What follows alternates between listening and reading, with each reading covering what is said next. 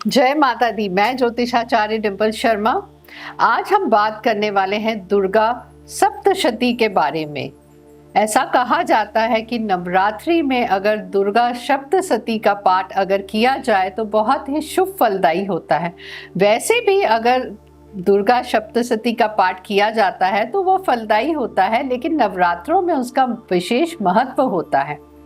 तो हम जानेंगे कि ये दुर्गा सप्तशती का पाठ आया कहाँ से, और साथ ही साथ इसमें कितने श्लोक हैं, कितने अध्याय हैं, और हर अध्याय में क्या दिया गया है कि उस अध्याय को अगर हम पाठ करते हैं तो उससे हमें क्या फल की प्राप्ति होती है। तो चलिए हम स्टार्ट करते हैं। दुर्गा सप्तशती का पाठ बहुत ही शुभ माना गया है। व्यास जी के द्वारा रचित महापुराणों में से एक मार्कंडेय पुराण में से दुर्गा सप्तशती की रचना की गई है। यह मानव कल्याण के लिए किया गया है, क्योंकि कलयुग में यह बहुत ही ऐसा हो गया था कि कैसे कलयुग में चीज़ें होंगी, या फिर कलयुग में आपकी इच्छा पूर्ति कैसे होगी, आपकी परेशानियां कैसे दूर होगी। इस वजह से यह मानव कल्याण के लिए रचना की गई है। दुर्गा सप्तशती में 700 श्लोक है और साथ ही साथ 13 अध्याय हैं। इनको 3 भागों में विभाजित किया गया है। प्रथम चरित्र जो है वह है माँ काली का, दूसरा चरित्र है वह है महालक्ष्मी जी का, और तृतीय जो चरित्र है वो है माँ सरस्वती का। दुर्गा सप्तशती के हर चरित्र में 7 देवियों के बारे में बताया गया है। साथ ही साथ मार्कंडेय पुराण में ब्रह्मदेव जी कहते हैं कि जो जातक दुर्गा सप्तशती का पाठ करेगा उसे सुख की प्राप्ति होगी। भागवत पुराण में भी यह बताया गया है कि माँ जगदम्बा का अवतरण मानव कल्याण के लिए और उनकी रक्षा के लिए हुआ है। साथ ही साथ ऋग्वेद में भी यह वर्णन किया गया है कि माता रानी ही वह आदि शक्ति है जिससे यह पूरा संसार चल रहा है। अब हम जान लेते हैं कि जैसे कि दुर्गा सप्तशती में 13 अध्याय हैं, किस अध्याय का पाठ करने से हमें क्या फल की प्राप्ति होती है। और आप नवरात्रों में तो पूरा दुर्गा सप्तशती का पाठ कर सकते हैं। साथ ही साथ आपको जो भी परेशानी है उस अध्याय का अगर आप पाठ नियमित करते हैं तो आपको अति शीघ्र फल मिलता है। तो चलिए हम जान लेते हैं। सबसे पहले प्रथम अध्याय का पाठ करने से आपकी सर्व चिंताएं मिटती है। साथ ही साथ आपका मानसिक विकार दूर होता है और आपको सही दिशा की प्राप्ति होती है, सही राह आप चुन सकते हैं। अब हम बात करते हैं द्वितीय अध्याय की। द्वितीय अध्याय का पाठ करने से किसी भी तरीके का अगर मुकदमे में आप उलझे हुए हैं, साथ ही साथ कहीं लड़ाई झगड़ों में उलझे हुए हैं, या फिर बुरी नजर आप पे लग गई है, तो आप अगर द्वितीय अध्याय का पाठ करते हैं तो आप मुकदमे में विजयी होते हैं और लड़ाई झगड़े से बिल्कुल कहते हैं ना कि हम साफ निकल जाते हैं। लेकिन इस चीज़ का आपको ध्यान रखना है कि आपको किसी का बुरा करने के लिए पाठ नहीं करना है। अगर आपका मुकदमा चल रहा है और आप गलत हैं तो फिर आपको थोड़ा सोच समझ के यह कार्य करना होगा। अब हम बात करते हैं तृतीय अध्याय की।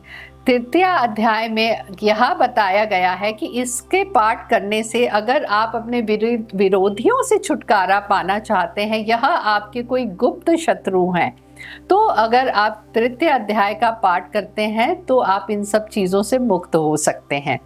अब हम बात करते हैं चतुर्थ अध्याय की। चतुर्थ अध्याय का पाठ उन लोगों को करना चाहिए जो समाज के कल्याण के लिए कार्य करते हैं, तो उनके लिए यह बहुत फलदायी होता है।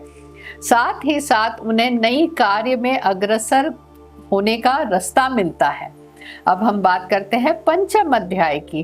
पंचम अध्याय में आपको सर्व मनोरथ पूर्ण के लिए कहा गया है।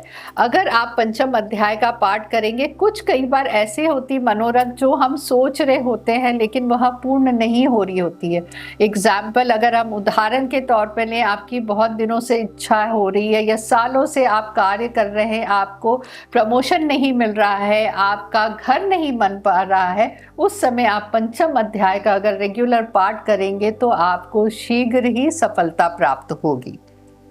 अब हम बात करते हैं षष्ठम अध्याय की। षष्ठम अध्याय की हम बात करें तो उन लोगों को पाठ करना चाहिए जो डरे हुए रहते हैं, छोटी छोटी बातों में विचलित हो जाते हैं, अनजाना भय उन्हें सताता है, तो ऐसे में आप षष्ठम अध्याय का पाठ कर सकते हैं। अब हम बात करते हैं सप्तम अध्याय की। सप्तम अध्याय की हम अगर बात करें तो सप्तम अध्याय मनोकामना पूर्ति के लिए किया जाता है, अधूरी इच्छाओं के लिए किया जाता है। या फिर आप अगर स्टूडेंट है, आपकी परीक्षा उत्तीर्ण नहीं हो रही है या फिर जॉब नहीं लग रही है, तो ऐसे में आप सप्तम अध्याय का रेगुलर पाठ कर सकते हैं। अब हम करते हैं अष्टम अध्याय। अष्टम अध्याय का पाठ हम जब करते हैं जब कोई बिछड़ जाता है या फिर रिलेशनशिप में प्रॉब्लम आ रही हो, डिवोर्स तक अगर स्थितियां पहुंच चुकी हो, या फिर कई बार ऐसा होता है कि कोई गुमशुदा हो गया हो घर में, ऐसे में अगर आप अष्टम अध्याय का पाठ करते हैं तो शीघ्र ही मनोवांछित फल प्राप्त होते हैं। अब हम बात करते हैं नवम अध्याय की। नवम अध्याय का पाठ जब किया जाता है जब आप संतान प्राप्ति नहीं हो पा रही है और स्पेशली पुत्र प्राप्त करना चाहते हैं, ऐसे में आप वंश वृद्धि के लिए नवम अध्याय का पाठ कर सकते हैं। दशम अध्याय का पाठ तब किया जाता है जब आपका बच्चा या आपकी संतान गलत रास्ते पे चली गई हो या गलत संगति में चली गई हो, तब आप अपने संतान के लिए दशम अध्याय का पाठ रेगुलर कर सकते हैं। अब हम एकादश अध्याय का पाठ तब किया जाता है जब आपके व्यापार में नुकसान आ रहा है, आप बहुत मेहनत कर रहे हैं लेकिन आपको मनोवांछित फल आपके व्यापार में नहीं मिल पा रहे हैं, साथ ही साथ आपका रुका हुआ पैसा नहीं आ पा रहा है, या फिर आप होता है ना कई बार आपको नुकसान पे नुकसान होता जा रहा है। हम कई शेयर मार्केट में भी हम पैसा लगाते हैं या फिर इन्वेस्टमेंट करते हैं प्रॉपर्टी में, तो हमें नुकसान होता चला जाता है। तो ऐसे में आप अगर एकादश अध्याय का पाठ करते हैं तो आपको शीघ्र मनोवांछित फल मिलने लगते हैं।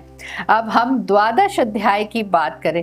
द्वादश अध्याय का पाठ जब किया जाता है जब आपके मान सम्मान को कहीं ठेस पहुंचती है, या फिर आपका सोशली कहते हैं कई बार आपको अपमानजनक स्थिति में आना पड़ता है, या फिर आरोप प्रत्यारोप आप पे लगते हैं, ऐसे में अगर आप द्वादश अध्याय का पाठ करते हैं तो आपको मान सम्मान की प्राप्ति होती है। अब हम बात करते हैं त्रयोदश अध्याय का पाठ कब करना चाहिए।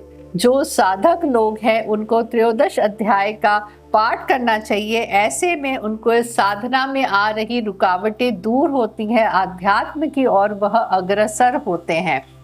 तो ये है हमारे दुर्गा सप्तशी के 13 अध्याय।